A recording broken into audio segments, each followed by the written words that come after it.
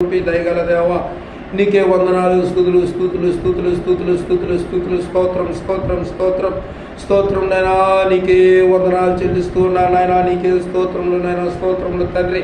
ప్రేమ స్వరూపి నాయనా, నీకే వందనాలు చెల్లిస్తూ నాయనా, నిన్న నేడు నిరంతరం ఏకరీతిగా ఉన్నవాడా నీకే స్తోత్రములు నైనా, స్తోత్రములు తండ్రి. ఇగో నైనా ఈ యొక్క రాత్రికాల సమయంలో ప్రభా నైనా, నేను తెలిసి తెలియక చేసిన ప్రతి పాపాన్ని నైనా నీ చేతికి నీకు అప్పగించుకొని చూడండి. నా మీద నీ అధికారం అనుగ్రహించండి. నా పాపములన్నీ యేసురములకు కడిగి వేయండి నాయనా. నన్ను స్వస్థపరచండి, పాపముల నుండి విడిపించి స్వస్థపరచండి నైనా. నా పాపములను, నా పితరుల పాపములను, అలాగే నైనా నాకు నీవు ఇచ్చినటువంటి గర్భఫలముల యొక్క పాపములను నైనా, నా బంధు బలగము యొక్క పాపములను, నా కులవారి పాపములను, నా బంధువుల యొక్క పాపములను, స్నేహితుల యొక్క పాపములను, ఇరుగు పొరుగు వారి యొక్క పాపములను నాయన, నా కుటుంబంలో ఉన్నవారి ప్రతి ఒక్కరి పాపములను నైనా నీ చేతికి అప్పగిస్తున్నా. ఈ పాపములన్నీ కూడా నాయన ఇగో తండ్రి ఇర్మియా చెప్పుతున్నాడు కదా, మా పితరులు పాపము చేసి వారు గతించిపోయారు, నేడు మేము వారి యొక్క దోష శిక్షను అనుభవించుచున్నామని నైనా ఇర్మియా చెప్తున్నాడు. నిజమే ప్రభా, ఇర్మియా చెప్పిన మాటలో ఏ విధమైనటువంటి దోషము లేదు నైనా. నిజమే, మేము తెలుసుకోక, మేము నైనా గ్రహించక నైనా మా పితరుల యొక్క పాప శిక్షను మేము భరిస్తూనే ఉన్నాం. నేటికి ఈ దినానికి ఈ క్షణానికి కూడా మేము భరిస్తూనే అనుభవిస్తూనే ఉన్నాం. అట్టి రీతిగా నైనా ఉన్నటువంటి మమ్ములను నైనా మీరు దర్శించి నైనా మా పైన అధికారం చేసిన ప్రతి విధమైనటువంటి నైనా పాపమును కూడా నజరేయుడైన యేసుక్రీస్తు నామములో లయమైపోవునుగా. కానీ ప్రార్థన చేస్తున్న వాటన్నిటినీ యేసు నామములో నైనా మీ యొక్క రుధిరముతో కడిగి వేయబడినగా. కానీ మేము ప్రార్థన చేసుకుంటున్నా, మా ప్రతి ఒక్కరి పాపములను కడిగి వేయండి తండ్రి.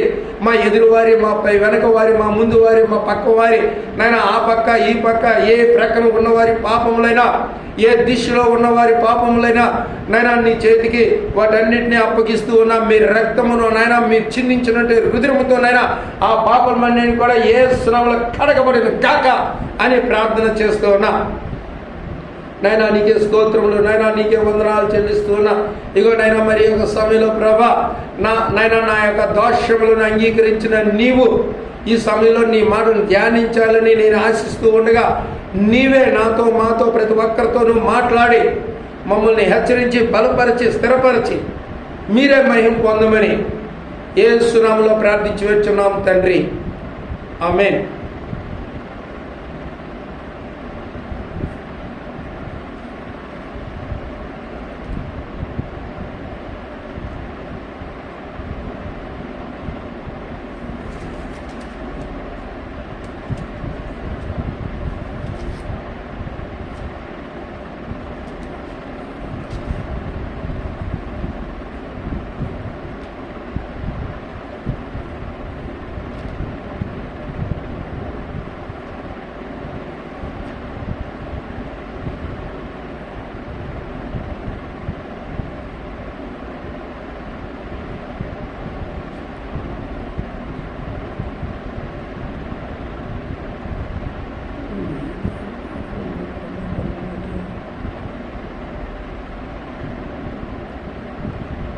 దేవుని వాక్యాన్ని కొన్ని నిమిషాలు ధ్యానం చేసుకుందాం. ఈ సమయంలో జకర్యా గ్రంథములో నుండి 9వ అధ్యాయంలో నుంచి కొన్ని మాటలు మనం చూసుకుందాం. అక్కడ 8వ వచనంలో ఒక మాట చెప్పబడుతుంది. నేను కన్నులారా చూచితిని గనుక బాధించువారు ఇకను సంచరింపకుండును, తిరుగులాడు సైన్యములో నా మందిరం మీదకి రాకుండాను, దానిని కాపాడుకొనుటకై నేను ఒక దండుపేటను ఏర్పరచెదను. దేనికి మహిమ కలిగిన కాక చాలా చక్కనైనటువంటి మాటను ఇక్కడ మనకి తెలియచేస్తూ ఉన్నాడు దేవుడు తన భక్తుడైనటువంటి జకర్యా ద్వారా. ఏం చెప్తున్నాడంటే, నేను కన్నులారా దేనినైతే చూచానో, అయితే ఇక ముందు బాధించేవారు ఇక ఎక్కడ సంచరించకుండా ఉండేటట్టుగా, వారిని బంధించటానికి తిరుగులాడుచున్నటువంటి సైన్యములు నా మందిరం మీదకి రాకుండా ఉండేటట్టుగా ఆ యొక్క మందిరము చుట్టూ లేదా ఆ పట్టణము చుట్టూ కూడా ఏం చేస్తానని చెప్తున్నాడంటే, కాపాడుకొనుటకై నేను ఒక దండును అంటే ఒక సైన్యమును సిద్ధపరచుకుందెను అని చెప్పేసి చెప్తూ ఉన్నాడు. ఏర్పాటు చేస్తానని చెప్పి తెలియజేస్తూ ఉన్నాడు పరిశుద్ధాత్మ దేవుడు. అలాగే 9వ వచనంలో చెప్తున్నాడు, సియోను నివాసులారా బహుగా సంతోషించుడి. దేవుని పట్టణంలో ఉండేటటువంటి ఇశ్రాయేలు అనబడినటువంటి క్రైస్తవులతో, దేవుని యొక్క సంతతితో, దేవుని యొక్క కుటుంబముతో, దేవుని యొక్క పిల్లలతో పరిశుద్ధాత్మ దేవుడు చెప్పుచున్నటువంటి మాట, సియోను నివాసులారా మీరు బహుగా సంతోషించండి, మరి ఎక్కువగా సంతోషించండి అని చెప్పేసి దేవుడు సెలవిస్తూ ఉన్నాడు. ప్రియ దేవుని సంగమా, నువ్వు ఎందులో సంతోషిస్తూ ఉన్నావు? నీ ధనాన్ని చూసి సంతోషిస్తూ ఉన్నావా? నీకున్న ఆస్తులను చూసి సంతోషిస్తూ ఉన్నావా?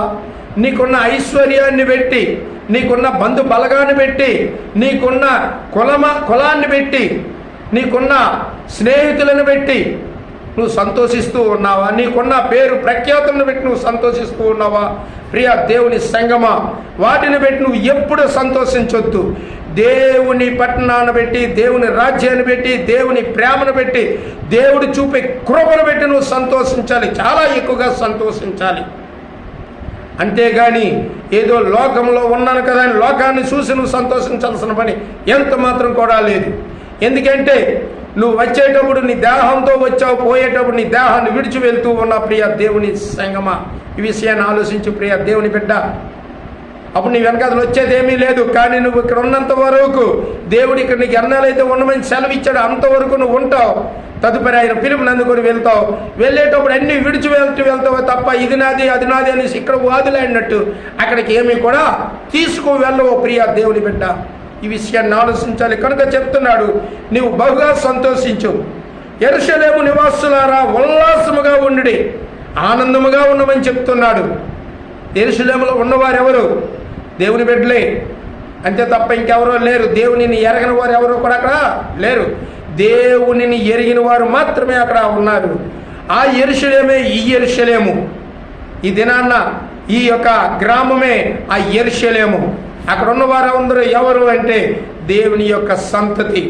నీకు తెలియదు నువ్వు దేవుని ద్వారా పుట్టవనే సంగతి. కానీ నిన్ను నిర్మించిన వాడు ఎవడు? మానవుడు కాదు, దేవుడే నిన్ను నిర్మించాడు.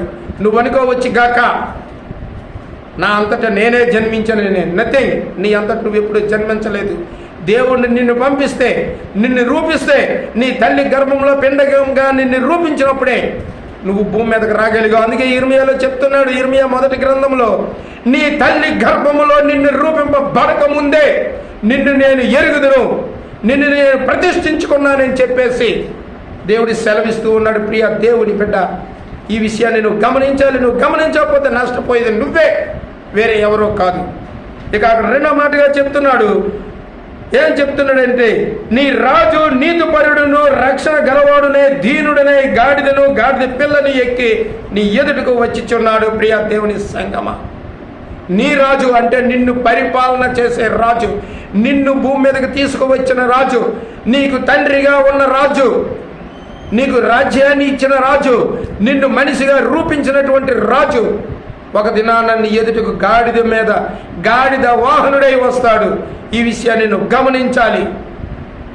ప్రియ దేవుని సంగమా, నువ్వు ఏ విషయము గమనించకపోతే నష్టపోయేది నువ్వే. నువ్వు ఎలా ఉన్నావు, ఏం చేస్తున్నావు ఒక్కసారి ఆలోచించు.